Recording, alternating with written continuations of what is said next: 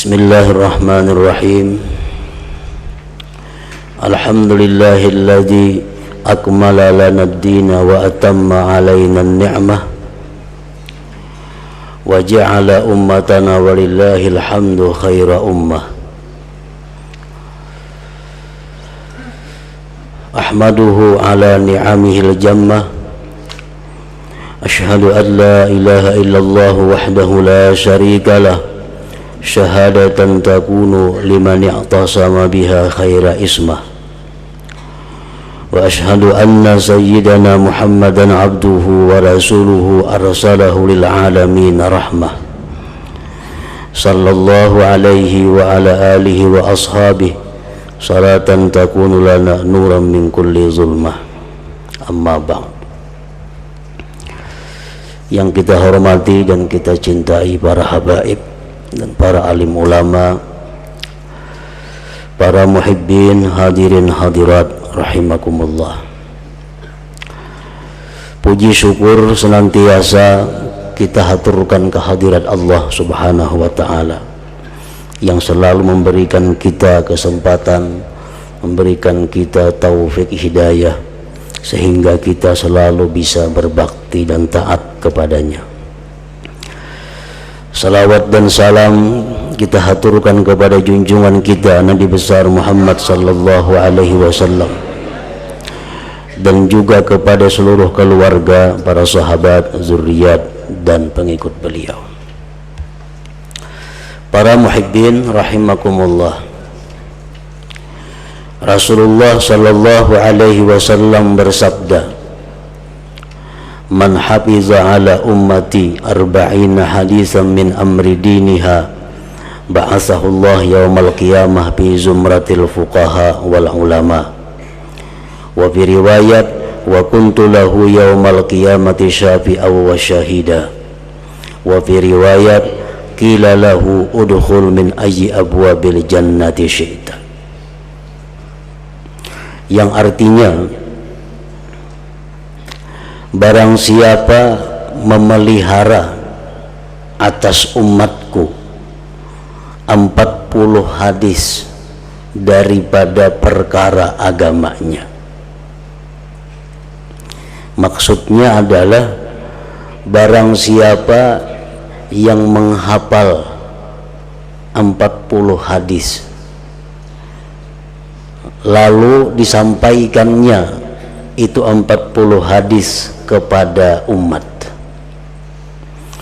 atau barang siapa yang menghimpunkan di dalam satu catatan sebanyak 40 hadis lalu dia sampaikan kepada umat, maka Allah Subhanahu wa ta'ala pada hari kiamat nanti akan membangkitkan dia pada golongan ahli fikih dan ulama. Pada satu riwayat, adalah aku baginya, kata Rasulullah, memberikan syafaat dan menyaksikannya. Dan pada riwayat lain lagi dikatakan bagi dia, masuklah dari apa jua pintu surga yang kamu kehendaki. Nah, para muhibbin rahimakumullah. Jadi barang siapa yang menghafal hadis atau dia mencatat hadis sebanyak 40 hadis, sama ada inya paham itu hadis atau inya bisa menjelaskan itu hadis atau kada disampaikannya kepada manusia, maka orang tersebut termasuk dalam golongan apa yang disampaikan oleh Rasulullah sallallahu alaihi wasallam tadi. Nah, oleh karena itu para ulama sejak abad pertama sampai sekarang mereka banyak yang menyusun 40 hadis dalam sebuah kitab dengan harapan agar masuk dalam golongan yang disabdakan Rasulullah sallallahu alaihi wasallam tadi. Jadi mulai ulama dahulu sampai ulama sekarang ada yang melakukan hal yang demikian itu. Para muhibbin rahimakumullah, di antara ulama besar yang menghimpunkan 40 hadis itu adalah Al-Imam An-Nawawi, Yahya bin Syaraf. Seorang ulama besar yang bernama Yahya bin Syarafiddin yang masyhur dengan sebutan Imam Nawawi. Nah, beliau telah mengumpulkan 40 hadis dan masyhur dikenal dengan Arba'in Nawawiyah.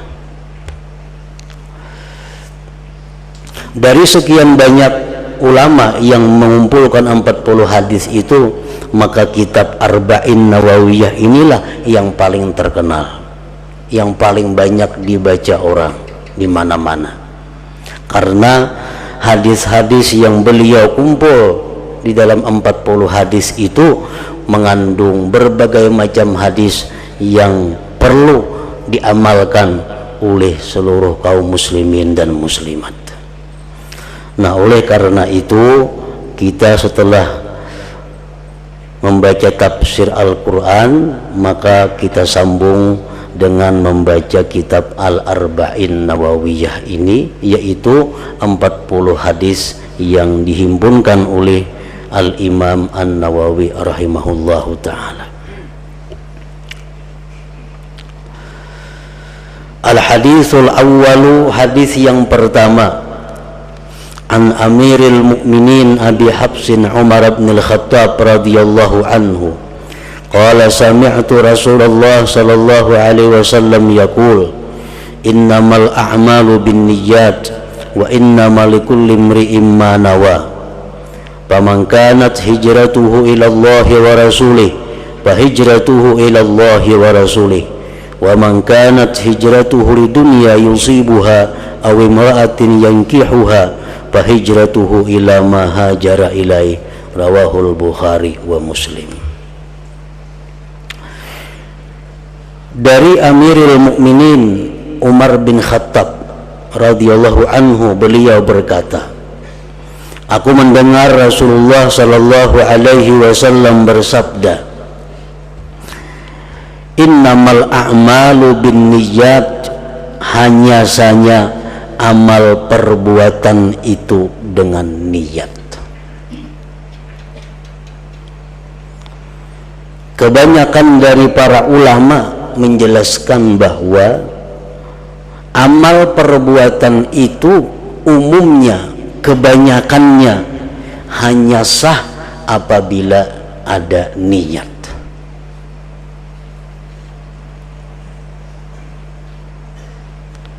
Kecuali ada beberapa hal yang kada perlu niat, seperti memandikan orang mati, itu kada perlu niat. Artinya walaupun kada berniat sah. Namun kebanyakan amal perbuatan itu tidak sah kecuali ada niatnya. Wa inna malikulli imri'in ma nawa, dan hanya saja bagi tiap-tiap orang itu sesuatu yang dia niatkan. Setiap sah belum tentu berpahala. Setiap ibadah kita yang sah menurut hukum fikih belum tentu diterima Allah Subhanahu wa ta'ala. Kenapa? Karena tiap-tiap orang itu sesuai dengan apa yang ia niatkan. Jadi pengertian niat itu mengandung dua perkara. Pertama, menyengaja. Yang kedua, agar berpahala diperlukan motivasi atau dorongan yang baik. Jadi niat terdiri dari dua. Pertama ada kesengajaan, sengaja, sahjaku. Yang kedua, dorongannya apa? Karena kita berbuat sesuatu pasti ada yang mendorong, pasti ada tujuannya. Nah, jadi niat itu himpunan dari dua hal.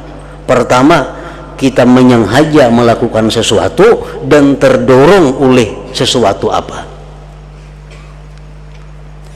Bila dorongannya itu baik, maka kita akan mendapat kebaikan.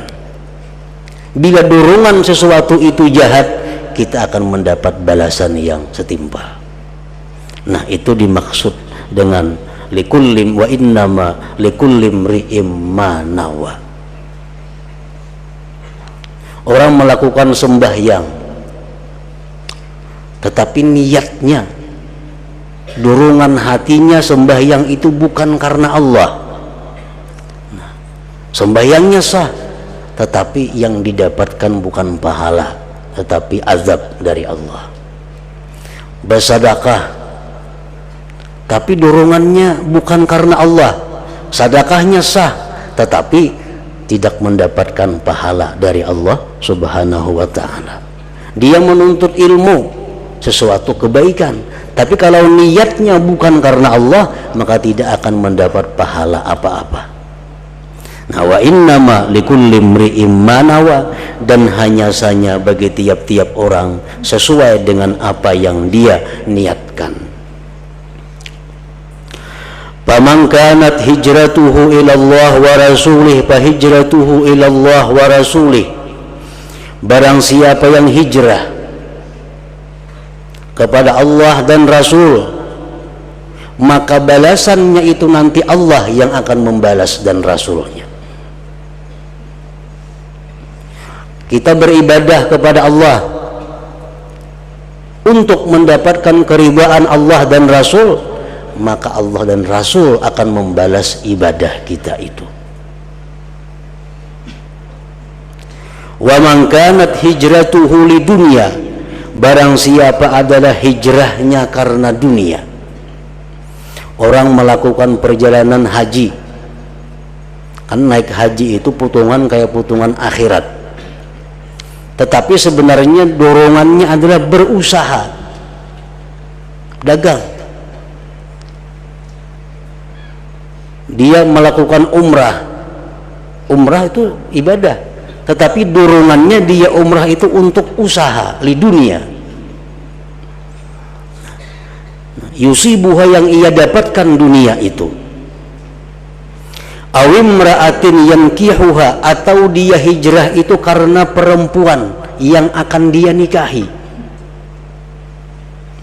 Fahijratuhu ila ma hajara ilaih, maka hijrahnya itu orang adalah kepada apa yang dia niatkan itu. Nah, orang berangkat menuju Mekah dengan tujuan umrah, dia dapat pahala umrah. Orang berangkat ke Mekah walaupun dia umrah tapi tujuannya usaha, dia akan hanya dapat usaha. Atau tujuannya karena hanya ingin mengawini perempuan, maka hanya itulah balasan yang didapatnya. Nah, ini hadis riwayat Bukhari Muslim. Para muhibbin rahimakumullah, para ulama menyimpulkan bahwa ini hadis merupakan standar ukuran bagi baiknya sebuah amal. Fahaisu salahat salahal amal, wahaisu fasadat fasadal amal. Bila mana niat itu baik, amal pun akan baik. Bila mana niat itu rusak, maka amal pun akan ikut rusak. Nah, jadi niat itu adalah merupakan segala-galanya dalam amal ibadah kita kepada Allah Subhanahu wa ta'ala. Para muhibbin rahimakumullah, Rasulullah sallallahu alaihi wasallam bersabda, niyatul mu'min ablagu min amali wa niyatul fajir syarrun min amali. Rawahu Abu Nuaim. Niat orang yang beriman itu lebih sampai daripada amalnya, dan niat orang yang jahat, orang yang kafir, lebih jahat dari amalnya.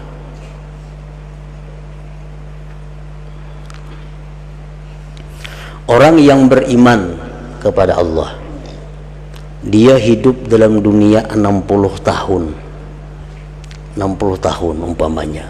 60 tahun itu dia berbakti taat kepada Allah Subhanahu wa ta'ala. tapi di akhirat dia akan dapat balasan masuk surga itu selama-lamanya. Padahal ibadah dalam dunia cuma 60 tahun, tapi Allah membalas surga selama-lamanya, sepanjang masa. Kenapa sebabnya? Karena niat. Sebab orang beriman itu berniat dalam hatinya, andai kata dia diberi umur sepanjang masa, dia akan taat kepada Allah Subhanahu wa ta'ala. Nah, sehingga dia umur 60 tahun dia wafat, tapi niatnya sebenarnya taat kepada Allah sepanjang masa. Nah, maka dia dibalas surga lebih daripada amal perbuatan kebaikan di dalam dunia itu, karena niatnya. Dan niat orang yang kafir lebih jahat dari amalnya. Orang kafir 60 tahun menyembah berhala, 60 tahun menyembah matahari, mati masuk neraka selama-lamanya. Selama-lamanya masuk neraka. Padahal ini kafir dalam dunia cuma 60 tahun, tapi disiksa neraka selama-lamanya. Karena apa? Karena niatnya. Karena si kafir ini punya niat, andai kata dia hidup sepanjang masa, dia akan kafir kepada Allah. Nah, jadi itulah Rasulullah menyatakan niyatul mu'min ablag min amalihi wa niyatul fajir syarrun min amalihi. Nah, para muhibbin rahimakumullah, dalam riwayat yang lain disebutkan bahwa niat orang yang beriman itu lebih baik daripada amal perbuatannya.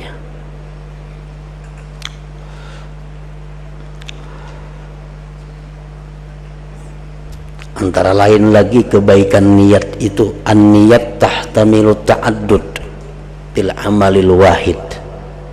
Niat itu bisa banyak dalam satu perbuatan. Ini menunjukkan bahwa niat lebih baik dari perbuatan. Niat lebih utama daripada perbuatan. Sebab satu perbuatan bisa dimasuki berpuluh-puluh niat. Misalnya kalau julus fil masjid, duduk di masjid. Duduk di masjid itu bisa niatnya i'tikaf, satu dapat pahala. Yang kedua niatnya lagi intizarus salat, menunggu sembahyang, dapat pahala lagi. Niatnya yang ketiga lagi imaratul masjid, menghidupkan masjid, dapat pahala 3. Yang keempat hifdzul jawarih anil maksiat, memelihara anggota daripada maksiat. Karena diam di masjid terpelihara mata, telinga daripada yang diharamkan Allah. Nah, dapat pahala 4. Nah, di situ menunjukkan bahwa niat itu lebih baik, lebih utama daripada amal perbuatan. Nah, para muhibbin rahimakumullah, Rasulullah sallallahu alaihi wasallam bersabda, wa inna Allah azza wa jalla la yu'til 'abda 'ala niyyatihi ma la yu'tihi 'ala amalihi, rawahu Dailami. Sesungguhnya Allah azza wa jalla itu memberikan seorang hamba akan pahala atas niatnya sesuatu yang dia tidak berikan atas amal perbuatannya. Nah, kadang-kadang orang berniat melakukan satu perbuatannya kada berpahala karena ada kesalahan itu ini macam-macam, tapi karena niatnya ada yang baik, maka niat itulah yang menguntungkan orang yang melakukan tersebut tadi. Nah, demikian pula halnya dengan kejahatan. Banyak orang yang tidak melakukan kejahatan, tetapi dia disiksa sebagai pelaku kejahatan karena niatnya yang jahat. Rasulullah sallallahu alaihi wasallam bersabda, "Idza lataqal muslimani bi sayfayhima fal qatil wal maqtul finnar." Apabila dua orang Islam berkelahi masing-masing dengan pedangnya, maka yang membunuh dan yang dibunuh masuk neraka. Sahabat berkata, wahai Rasulullah, kalau yang membunuh masuk neraka itu wajar, tapi yang dibunuh kenapa masuk neraka? Rasulullah menjawab, innahu kana harisan ala qatli sahibi, karena dia punya niat membunuh saudaranya. Nah, ini Allah memberikan ganjaran kepada dia bukan karena perbuatan, tapi karena niat. Karena niat ingin membunuh saudaranya, tapi tadi orang membunuhnya, maka matinya masuk neraka.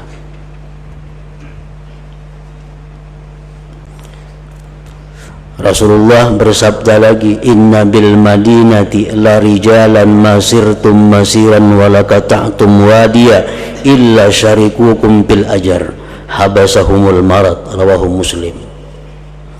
Ujar Nabi kita dalam satu peperangan jauh dari Madinah. Ujar Nabi kita di Madinah itu ada beberapa orang yang mana dia tidak menjalani sebagaimana jalan kita ikut berperang, tapi dia bersama-sama kita dapat pahalanya, sebab mereka tertahan oleh sesuatu penyakit. Artinya apa? Di Madinah ada orang yang hendak umpat perang, tapi karena sakit kada kawa umpat, tapi pahalanya tetap mereka dapat sebagaimana didapat oleh orang yang berperang itu. Nah, ini menunjukkan bahwa Allah memberikan pahala bukan karena perbuatan, tetapi karena niatnya.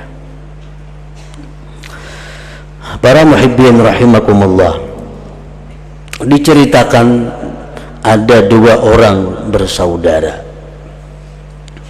si A lawan si B. Si A hidupnya taat kepada Allah Subhanahu wa ta'ala, dan dia berada di rumah di lantai atas, di luteng. Nah, si A ini gawiannya beribadah kepada Allah siang malam, kada tahu urusan dunia. Di bawah neng ading kada tahu urusan taat, maksiat melulu diperbuatnya hari-hari. Nah, boleh ke rumah membawa kawan, bawa minuman, permainan di bawah, kakak di atas beribadah kepada Allah. Nah, suatu hari datang syaitan menggoda nang kakak si A nih. Uya syaitan ikan menyaurangan beribadah, jaka umpat ading di bawah tuh rame orang di situ. Masalah itu maksiat kan kayaknya tobat diterima Tuhan aja tobatnya. Jaka umpat ke bawah itu bergabung. Ikan umur masih macam-macam rayuan syaitan. Akhirnya nang kakaknya tergerak hati, mau bujur juga nih jaka aku ke bawah umpat berami-rami. Sedangkan nang ading di bawah ini dikala itu diberi Allah taufik, dia berpikir, ujar ading itu alangkah hinanya aku, selama ini aku maksiat kepada Allah, untungnya kakakku di atasnya taat saja kepada Allah. Jika aku ini empat kata seluting, aku tinggalkan bawah ini rana sudah. Nah, di saat itu nang ading naik ke atas seluting, naik di tangga, hendak mendatangi nang kakak.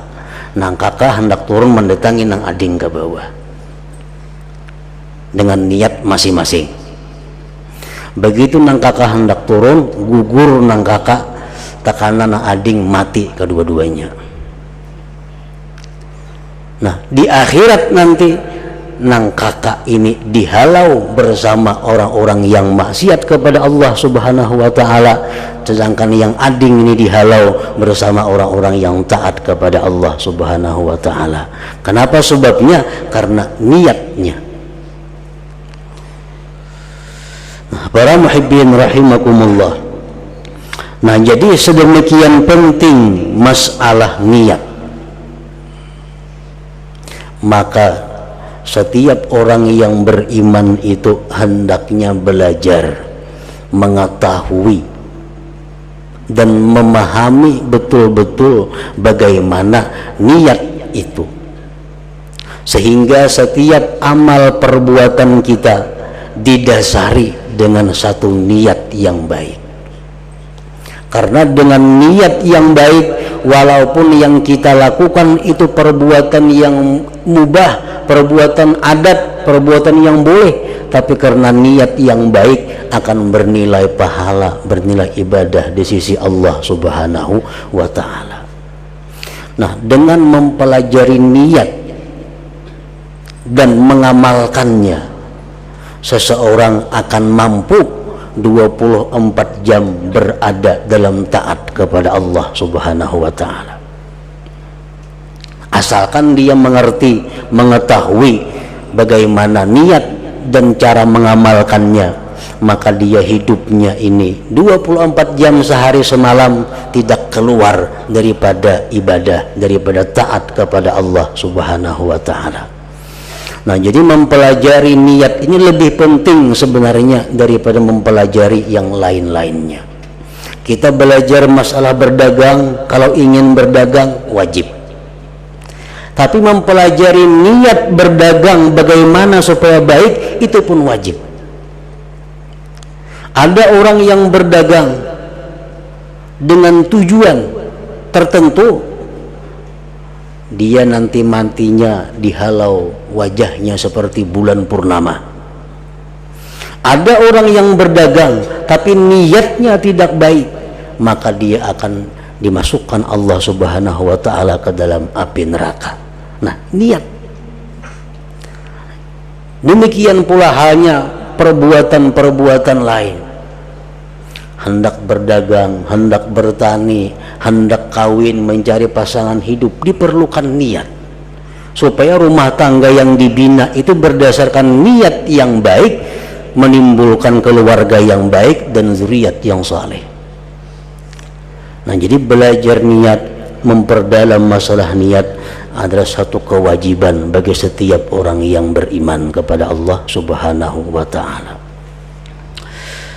Nah, itulah hadis yang pertama yang dimuat oleh Al-Imamun Nawawi di dalam kitabnya Arba'in Nawawiyah, yang mana beliau menjelaskan tentang pengertian niat di dalam segala amal perbuatan kita.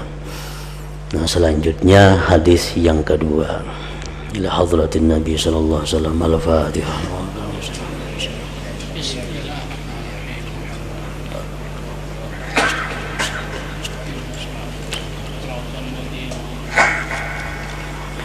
أشهد أن لا إله إلا الله وحده لا شريك له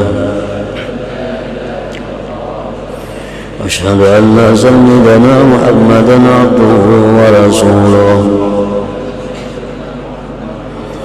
لا إله إلا الله نستغفر الله لا إله إلا الله